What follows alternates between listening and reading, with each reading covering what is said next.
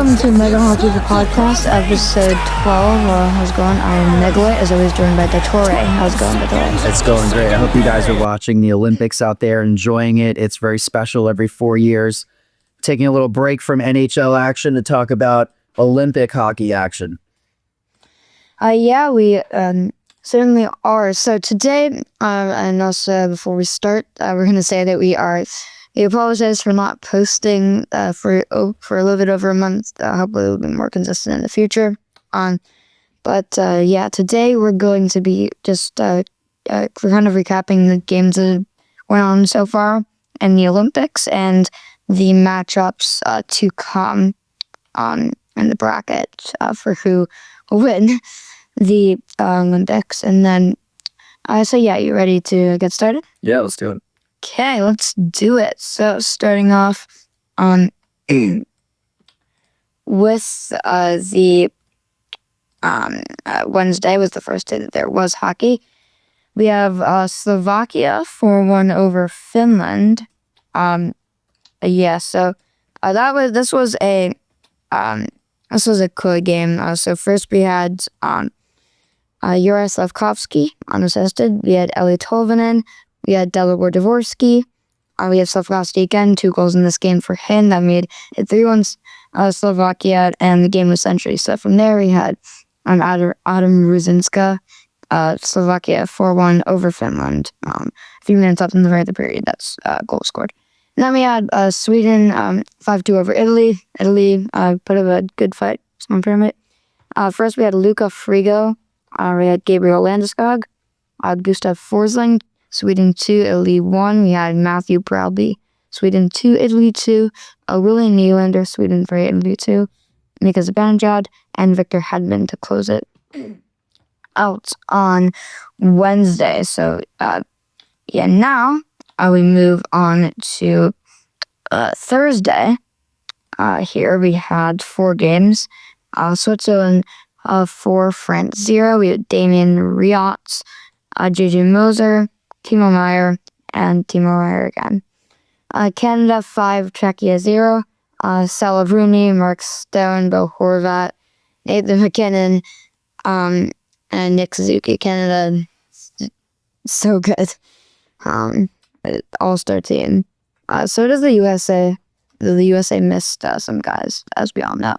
USA 5, Latvia 1, Brady Tkachuk, Renars, Krastenbergs, Brock Nelson, Tage Thompson, Brock Nelson again, and Austin Matthews to finish it out for that game. And then we move on to Germany 3, Denmark 1. We had Leon Draisaitl, Oscar Fisker Molgaard, who's having a good tournament, Tim Stützle, and another Tim Stützle goal, assisted by Draisaitl and Seider. Now, moving on to Friday, there were 4 games on that day. First off, we had Finland 4, Sweden 1. Rivalry there, Finland wins this time. We had Nicholas Matinpalo, Anton Lundell, Rasmus Dahlin, Joel Armia, and Mikko Rantanen as our goal scorers there. Then we go to Italy and Slovakia. Slovakia 3, Italy 2. This was a close game. Slovakia won in the end. We have Libor Hudacek, Matas Sukel, Matthew Bradley, and Adam Ruzicka, and Dustin Gaisley. I probably pronounced half of this wrong. Then Czechia, France. Czechia 6, France 3, Marine Natchez, Michael Kempney, Louis Bowden again, Hugo Gallet, David Pasternak, Matej Stransky, Philip Chalopik, Roman Chervenka, and that's Czechia 6 and France 3. I pronounced a couple of those wrong too. Then Canada 5, Switzerland 1, McDavid, Harley, Pius Suter, Canada 2, Switzerland 1. Then Celebrini from McKinnon, Crosby, McKinnon, himself to close the game out. Now, moving on to Saturday here, we had 5 games. I mean, 4 games. The first of which being Sweden 5, Slovakia 3, Joel Eriksson Ek. First for Sweden, and we had Slavkovsky again, 3 goals at that point in the tournament.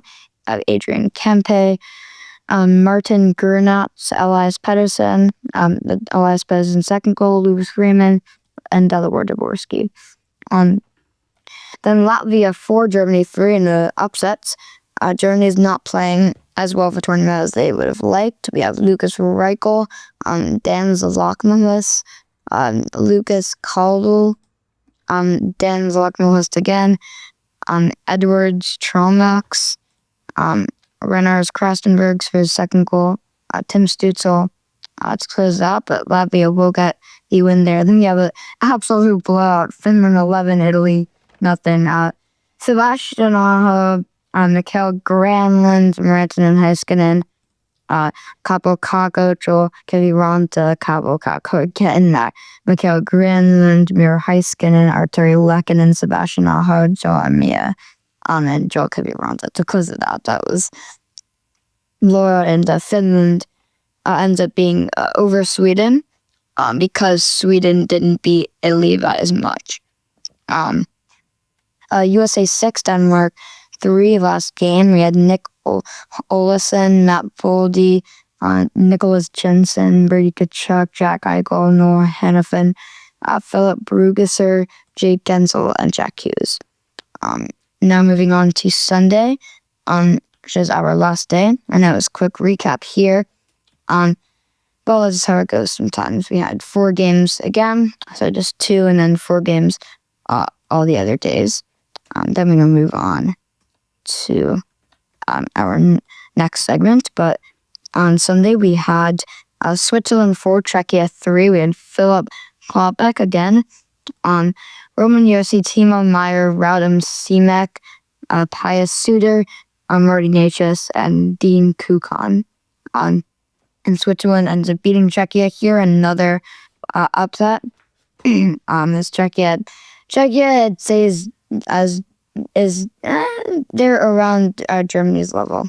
And then we had Canada, another absolute blowout. Canada 10, France 2. No, nothing France can do about that one. Tom Wilson for Doe. So that's 1-1 right there in the first. But then we had Devon Tays, Mark Stone, Cal McCarr, Mackin Celebrini, Sidney Crosby, Connor McDavid. Nothing you can do about that. Sasha Triel, Bo Horvat, Braden Hagel, Mackin Celebrini again. Celebrini is having an outstanding tournament. Denmark 4, Latvia 2, Nick Olesen, Mikael Agard, Nikolai Ehlers, Christoph Zeil, Edwards Tromarks again, and Nick Olesen, his third goal. That's an empty netter right there. USA 5, Germany 1, Zach Werenski, Austin Matthews, Brock Faber, Tage Thompson, Austin Matthews, and Tim Stutzel. Yeah, and there's blowout there again, but the game was close for a while. Yeah, and then that's all the games we have there. Now we're going to go over the brackets.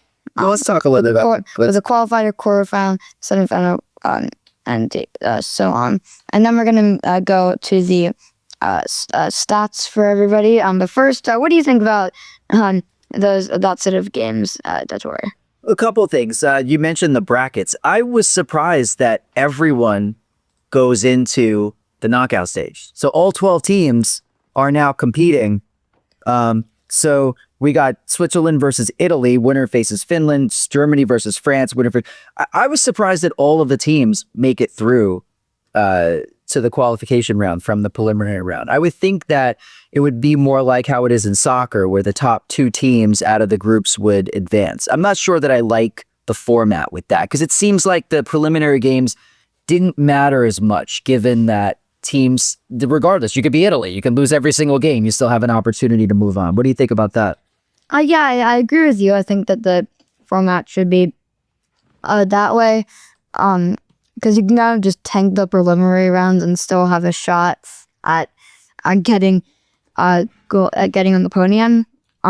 So yeah, I think some teams that didn't play well didn't deserve to be in the qualifier round, but yeah, there they are. Yeah, I think that's But also like the people like Canada, Finland, Slovakia, USA, 1, 2, 3, and 4 all got into the quarterfinal already. So that's good. That's something good about it. Obviously. Yeah, I guess, a team like Slovakia, they earned the bye, and that's important.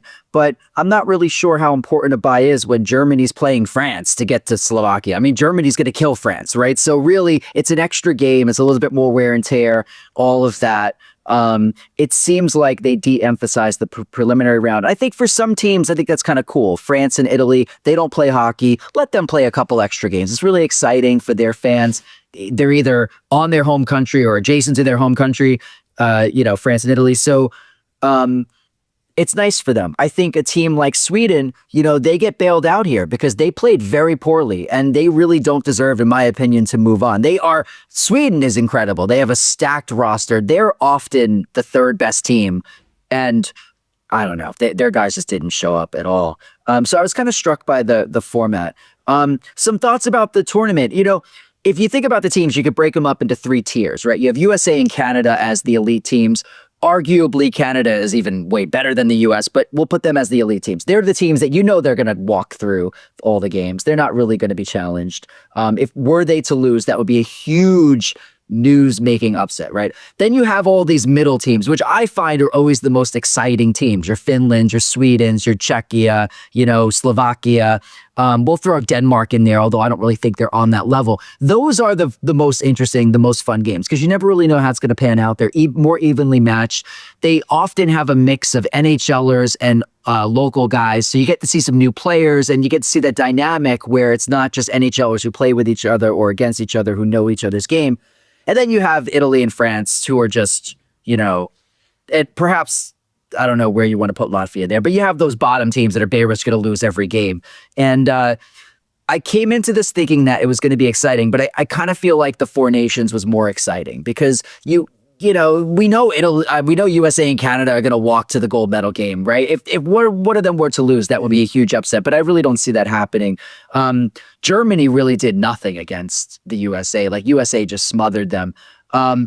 It seems to me that first of all, I'd like to see Russia in the Olympics. I get the geopolitics. I understand it. I'm not sure that not allowing Alex Ovechkin to play hockey is going to end the Ukraine war. I just don't think that's going to happen, right? I don't think it's that relevant. And I would argue that bringing people in who are on the other side and uniting them through sport might do more to generate goodwill and empathy and all of that, rather than excluding people, which to me serves no purpose other than virtue signaling and say, oh, look how great we are because we hate Russia.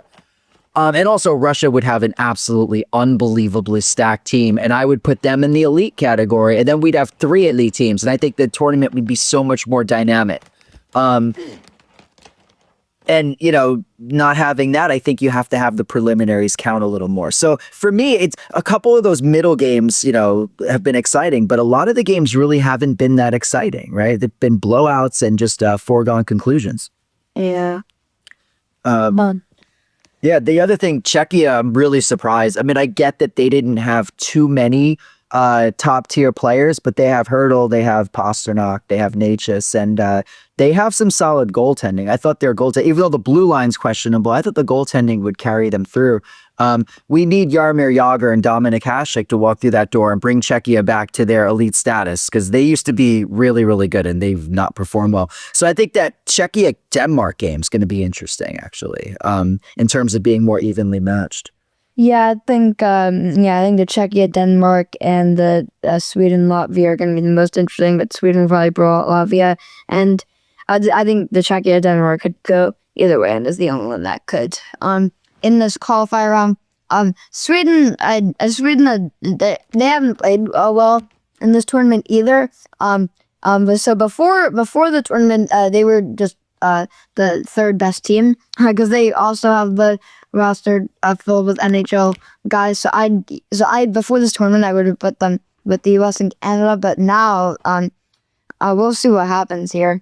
I thought that Sweden could measure up against the U.S. team. I don't believe the U.S. team was chosen very well. I see no reason why Robertson and Caulfield are not on this team. And I think that Miller and Trocheck should be gone. It's unconscionable that Robertson and Caulfield are on the team. But let's just look at the Sweden roster and tell me that this roster is significantly worse than the U.S., because I don't think it is. Lucas Raymond, Dahlin, Zibanejad, Kempe, Erik Karlsson, Elias Pettersson, Hedman, Nylander, Forsling, Landeskog, Eriksson Ek, Ricard Raquel, Philip Forsberg, Jesper Bratt, Wallstead, Johansson, Jacob Markstrom. So they have Wallstead and Jacob Markstrom and Gustafsson as their goalies, right? That's insane. Those really good goalies.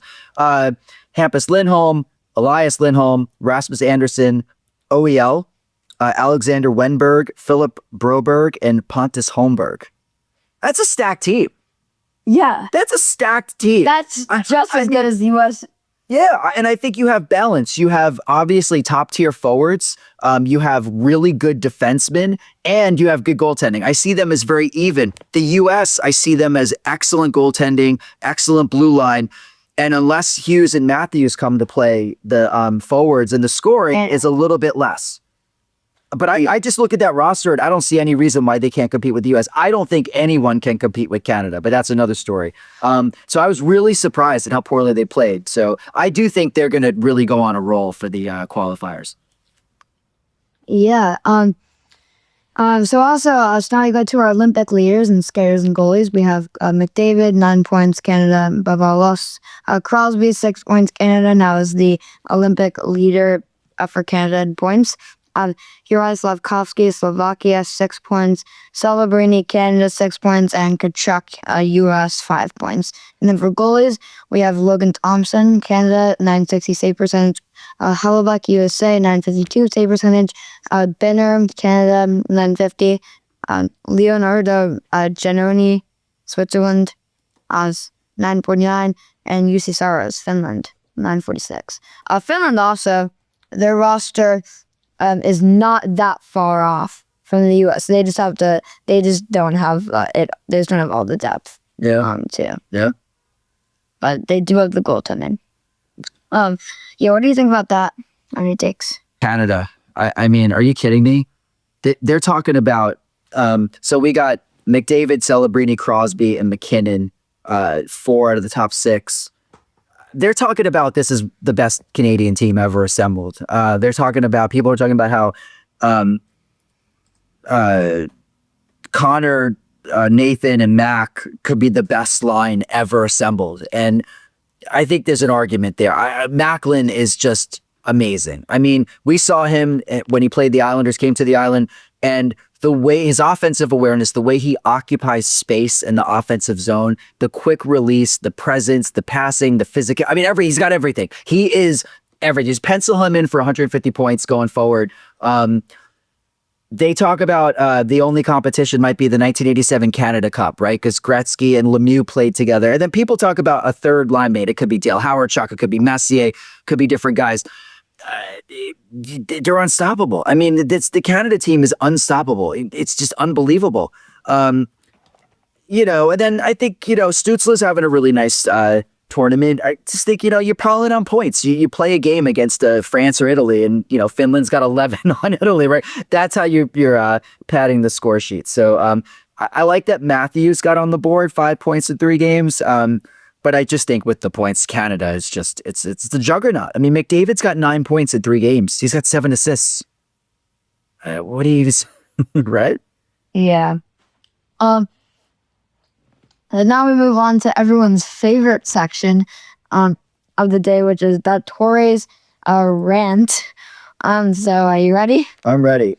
Okay, let's go. All right, so we're watching the games here, and I don't want to go off on a rant here, but Tom Wilson, are you kidding me? Are you kidding me right now? It's 10-2. It's 10-2, and you decide that you have to fight some random dude. And it's not even an NHL player. It's just some French dude who was probably working in some, boulangerie, a week before the game. Do they even play hockey in France? Who knows? But you got to be kidding me. And along the same line, Matthew Tkachuk, are you kidding me? You're chirping Draisaitl. Oh, always the bridesmaid, never the bride. Dude, your team, and listen, Team USA, we're rooting for Team USA, don't get me wrong, but Team USA's got a stacked team, a bunch of all-stars, a few Hall of Famers, top to bottom, all NHL guys. Dreisaitl's working with Stützle, Mo Seider, and Reichel, and a bunch of scrubs.